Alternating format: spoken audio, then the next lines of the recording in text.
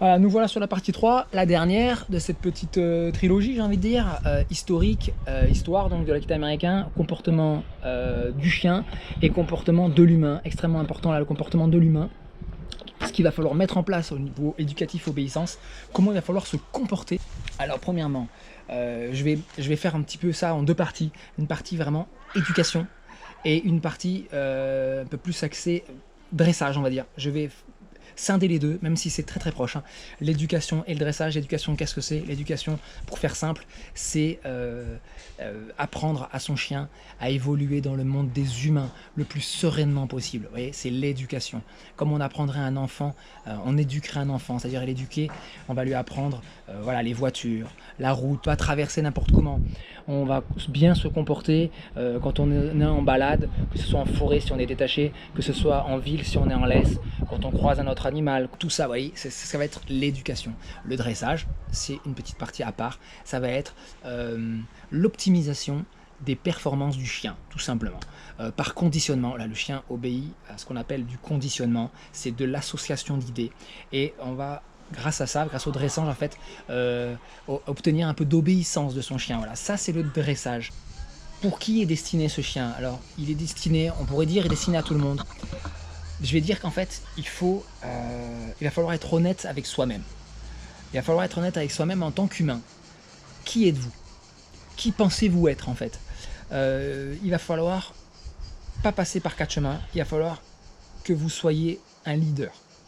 Il va falloir que vous soyez quelqu'un qui prend des décisions, qui aime prendre des décisions, qui soyez... Alors, qu'est-ce qu'un leader? Un leader, ça va être un maître cohérent, un maître fiable, un maître constant, un maître juste dans ces choses. Un leader, c'est quelqu'un qui ne change pas d'avis toutes les 5 minutes. Si le lundi, vous avez dit, on se comporte comme ça, et ce sera comme ça, le mardi, ça doit rester comme ça. Si vous changez d'avis sans arrêt, et qu'en fait, vous n'êtes pas un leader pour votre chien, le chien va prendre le leadership sur vous et va prendre les décisions qui l'intéressera. Qu'est-ce qu'un leader en fait? Un leader, quand je vous dis ne vous mentez pas, alors c'est pas pour mettre la pression sur l'humain, hein, pas sur la pression sur les maîtres ou les futurs maîtres. Il y a certains chiens dont fait partie l'Akita américain, mais c'est aussi vrai pour le Rottweiler, c'est aussi vrai pour le Canet Corso, c'est aussi vrai pour un Dog argentin, c'est aussi vrai pour toutes ces grandes races de chiens, ces races de grande taille, pardon, avec un caractère bien trempé. Vous allez devoir l'éduquer de manière à ce qu'il vous respecte naturellement. Et là, c'est extrêmement important. On est un leader dans ses manières de faire, dans ses attitudes. On n'est pas un leader parce qu'on met des torgnoles à son chien, en gros. Voilà, ça, c'est interdit. Je vais revenir dessus après. Ça, ce n'est pas être un leader. Ça, c'est être un... Il faut bien le comprendre, ça. Être un leader, c'est tout simplement, c'est naturel. C'est comme la relation d'un enfant et d'un parent. L'enfant suit son père ou suit sa mère naturellement, tout simplement. Le leader, c'est quelqu'un en qui on a de l'admiration. C'est quelqu'un qui va nous rassurer par ses décisions. C'est quelqu'un en qui on va avoir confiance. C'est quelqu'un, je disais, de fiable et de cohérent. C'est quelqu'un de calme. C'est quelqu'un qui a des gestes lents avec le chien, qui a des gestes lents justement parce qu'il est sûr de lui. Il n'a pas besoin de s'agiter dans tous les sens. Il n'a pas besoin de crier. Il n'a pas besoin de s'énerver. C'est quelqu'un qui n'a pas peur. C'est quelqu'un qui n'a pas souvent peur en fait. Ou qui, voilà, comme pour l'Akita américain, je vous ai dit que c'est quelqu'un d'aventurier et de courageux. Quand vous êtes dans une situation, vous êtes en forêt par exemple, si vous êtes effrayé, on va dire, par le moindre bruit, voilà, un oiseau qui décolle d'un arbre, oh, vous avez été surpris, vous n'avez pas l'habitude, vous voyez, vous êtes un petit peu peureux comme ça. Voilà. Vous n'allez pas être aventurier au final. Si vous vous êtes baladé dans une forêt, un petit peu dans la pénombre, et que vous êtes un petit peu pas sûr de vous, vous allez avoir votre enfant, votre vrai enfant, je vous parle dans le monde des humains là, qui va vous regarder en vous disant, oula papa, t'as peur là? Si t'as peur, moi il faut que j'ai peur aussi, alors ça me stresse là. Voilà, ça c'est un leader, c'est ça. Même si vous avez peur, il va falloir le montrer le moins possible, on va dire. Il y a des moments où on est obligé d'avoir peur, hein. Faut pas déconner, hein. Quand j'ai croisé le taureau, là, je vous ai raconté dans la vidéo d'avant, moi je faisais pas le fier non plus, hein. Oh là, le chien il est où? Elle était détachée. Viens par là, on se tire de là, là. Le taureau il nous met une charge, je sais pas à quelle vitesse ça court le truc, mais il va falloir foutre le camp, hein. Évidemment, j'étais pas en toute sérénité. Par contre, je garde le contrôle de moi-même et je sais quoi faire. pour m'extirper de cette situation merdique. Voilà. C'est ça en fait être un leader. Ça va être une capacité aussi à s'adapter aux situations. Et évidemment, le leader va respecter son chien, va respecter les besoins du chien, ses besoins physiques, ses besoins psychologiques, physiologiques, sensoriels. Tout ça va respecter sa nature, va respecter son comportement. Il ne va pas chercher à le transformer. Je ne vais pas chercher à faire de mon Akita américain le roi de l'obéissance, vous voyez. C'est un combat perdu d'avance. Il faut bien le comprendre, c'est un combat perdu d'avance. L'expérience, c'est quelque chose qui me dérange. L'expérience canine, c'est quelque chose qui me dérange beaucoup. Quand on dit pas d'Akita américain ou d'autres chiens, comme je vous les ai énumérés, chiens à caractère, pour des novices. Alors évidemment, je ne vais pas dire que l'expérience est une mauvaise chose, loin de là. Mais quelqu'un qui n'a pas d'expérience, ça ne me dérange pas. Ça ne me dérange pas, pourquoi? Parce que souvent, quand on a de l'expérience, quand on croit tout savoir, l'Akita américain, lui, va être très fort pour faire tomber toutes vos certitudes. Croyez-moi, l'Akita américain, si vous arrivez avec vos belles certitudes, moi, ça fait 10 ans que je suis dans le chien, ça fait 20 ans, ça fait 30 ans, j'en ai vu et je sais, j'ai eu telle race et telle race et telle race, vous allez dans le mur. Vous allez tout droit, en sprint, pouf, dans le mur. Il va vous en faire baver, il n'écoutera rien. Si vous utilisez des méthodes entre guillemets conventionnelles ou qui se font à l'habitude dans les clubs canins, avec beaucoup d'éducateurs qui ont l'habitude de travailler sur des chiens de berger, on va dire, et qui ont des méthodes préfaites, prédisposées, qu'ils utilisent depuis 20 ans, on va dire, ça me fait rire de dire ça, je vais être écouté, je vais peut-être même être insulté, mais ils vont dans le mur. Ils vont dans le mur. Il va falloir s'adapter, c'est extrêmement important. De toute manière, un leader s'adapte aux situations. Un leader, c'est quoi? Un leader, c'est pas forcément le plus fort. C'est pas forcément celui qui décide, un point, c'est tout. C'est quelqu'un qui va prendre les bonnes décisions. C'est extrêmement important, ça. Un leader dans la vie sauvage, c'est pas forcément... Si on prend une meute de loup, par exemple, qui est l'animal le plus proche du chien, évidemment, le loup, le mâle alpha, ne va pas forcément déglinguer toute sa tribu, toute sa meute, et manger en premier. Ça, c'est absolument faux. Vous avez des meutes où on va chasser la proie, et le mâle alpha, parce que il y aura assez de nourriture, parce que la meute est assez nombreuse, parce que d'un tout un tas de raisons, il va décider de ne pas manger en premier, mais de faire par exemple manger les chiots, pour assurer leur bonne croissance, ou manger peut-être en premier les femelles allaitantes, évidemment, les femelles en gestation, et manger ensuite, dans un deuxième temps. Allez, il va prendre des décisions bonnes à un instant T. Il n'est pas le plus fort de la meute, à coûte que coûte, et c'est moi le chef, et je te mets des claques si tu n'obéis pas, etc. C'est absolument faux.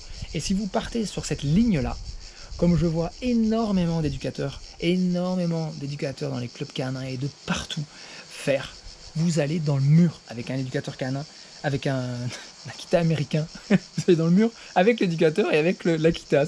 Ça, c'est sûr, tout le monde y va. Mais voilà, c'est vraiment pas la technique à utiliser.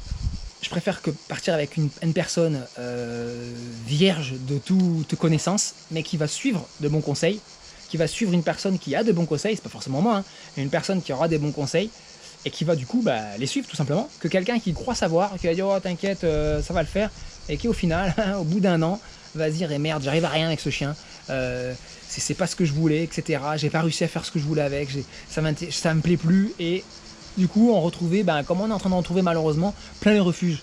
L'Akita américain, aussi peu nombreux qu'il soit dans la vie, il est quand même maintenant présent dans les refuges. Pratiquement chaque refuge a son Akita américain, ou a son Shiba, ou son Akita Inu. Voilà quoi. Malgré qu'ils soient très peu nombreux sur le territoire, il y en a dans tous les refuges maintenant, donc ça commence à être un petit peu problématique. C'est aussi, je vais pas vous mentir, la raison un peu de ces vidéos. Essayez d'apprendre à comprendre cet animal. Voilà. Et s'adapter surtout à ce comportement, à ces caractéristiques différentes de certaines races. Voilà. Donc, on va commencer par ce qui est interdit à mettre en place. Évidemment, interdiction d'utiliser la contrainte. Donc, ça veut dire quoi? Ça veut dire interdiction d'utiliser la violence. Assis, il s'assoit pas, il me tape sur les fesses, reviens, tu reviens pas, je sais pas moi, une torgnole, la laisse, mettre des grands coups de collier ou un collier étrangleur pour qu'il tire pas à la... Oubliez ça, oubliez tout ce genre de méthodes. On vous propose ça, fuyez.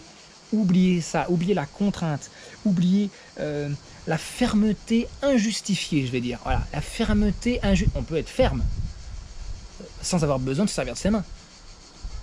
On n'est pas obligé pour expliquer quelque chose, en voulant être ferme, on n'est pas obligé de taper, quoi. Voilà, tout simplement. Fermeté, injustice, soumission. Les gens qui soumettent le chien, mais ça n'arrive jamais, ça. Ça devrait jamais arriver sur toutes les races. On ne soumet pas son chien, ça n'a aucun sens. Ça n'a aucun sens. Si vous soumettez votre chien, vous êtes faible, en fait. Vous êtes fragile. Vous avez peur de votre chien, tout simplement. Vous avez peur qu'il prenne un jour l'ascendant. Vous avez peur, vous n'êtes pas un leader. Donc, c'est pas fait pour vous. Donc ça, c'est interdit. Ce qu'il va falloir utiliser, ça va être la subtilité. Il va falloir utiliser de la subtilité. Il va falloir observer votre chien. Observer, voir ce qui marche, ce qui ne marche pas. Ce qui marche, évidemment, on va l'utiliser. Ce qui ne marche pas, on ne va plus l'utiliser. Ça paraît logique, c'est du bon sens. Il va falloir être subtil à son comportement. Il va falloir apprendre à le comprendre. Voilà. J'entends souvent, c'est un chien têtu. Chien têtu, j'ai du mal avec ce mot têtu. Je trouve pas que ce soit vraiment le mot qui corresponde. Et pourtant, c'est le mot qui revient instantanément. C'est le mot, l'adjectif qui revient à cette race tout le temps, de tous les maîtres, de tout le monde, de tous les éducateurs, de tout le... je l'entends tout le temps. Tous les maîtres, c'est têtu. En fait, là, c'est même tous les chiens primitifs. Les chiens primitifs sont têtus. Voilà, c'est têtu, ça écoute pas, nanana. Moi, je vais vous dire, utilisez un petit peu de subtilité. Observez-vous quand vous êtes en train de faire une phase d'obéissance à votre chien et regardez bien qu'il est têtu. Pourquoi? Parce que vous avez fait des mauvais gestes, parce que vous n'avez pas été clair en fait. Il n'est pas têtu par nature. Ce qui est sûr, c'est qu'il va évaluer votre personne, il va évaluer son maître. Ça, dès le début, il va évaluer, il va vous réévaluer. Il va faire un petit check-up de ce que vous êtes et de ce que vous valez tous les 2 mois, tous les 3 mois. Vous voyez, quand il va arriver à l'adolescence, il va se faire un malin plaisir de dire bon, alors celui-là là, que je suivais pendant 6, 7 mois, 8 mois, 9 mois, est-ce qu'il est fiable lui? Je vais tenter quelques trucs. Est-ce qu'il garde bien sa petite direction ou est-ce que je pourrais essayer de gratter quelque chose Voilà, ça il va le faire. L'Akita américain, ça il va le faire. Vous allez prendre, rappelez-vous, l'opposé, l'ultra-opposé, le malinois. Vous posez une bonne éducation avec un peu d'obéissance sur les 6 premiers mois de sa vie. Allez, 9 mois si on veut attendre un petit peu l'adolescence, 9-10 mois. Pratiquement toute sa vie, c'est acquis. L'Akita américain, jamais de la vie. L'Akita américain, il va falloir être constant toute sa vie. Il va falloir ne jamais rien lâcher. Il va falloir tout le temps continuer à travailler comme si c'était le premier jour. Ça peut paraître épuisant pour certains maîtres. Moi, pour moi, c'est ce qui est passionnant. C'est ce que j'adore en fait. Vous n'avez pas un chien robot. Vous n'aurez jamais un chien robot. Donc, maintenant, on a passé en revue ce qu'on appelait l'éducation et cette petite technique à mettre en place avec lui au niveau de son comportement. Et moi, j'estime que l'éducation d'un Akita américain est extrêmement facile en fait. C'est extrêmement facile, pourquoi? Parce que c'est un chien extrêmement intelligent. Alors l'éducation, il va très très vite comprendre comment se comporter en ville, comment se comporter en forêt, quoi faire, le suivi naturel, etc. Ça va être très facile à mettre en place, même plus facile que certains chiens. Par contre, l'obéissance, là ça va être plus difficile. Vous voyez, c'est pour ça que j'ai séparé les deux. La partie de dressage, la partie obéissance va être un peu plus difficile. Pourquoi? Va être un peu plus difficile parce que ça le fait chier. Voilà, n'ayons pas peur des mots. Désolé pour les termes, ça le gonfle. Ça le gonfle profondément. S'il n'en trouve pas un intérêt, si vous n'êtes pas actif, si vous n'êtes pas jovial dans votre manière de faire, si vous n'êtes pas intéressant,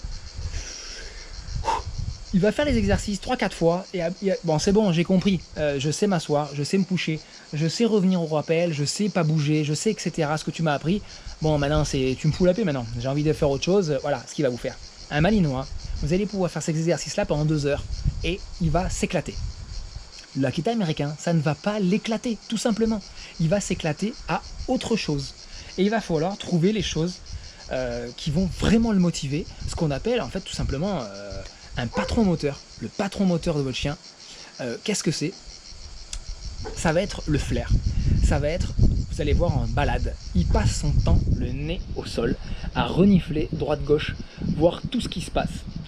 Ça va vraiment être une passion pour lui et il va falloir tout simplement l'utiliser. Si vous utilisez les bonnes cordes, entre guillemets, et ben vous allez avoir d'excellents résultats.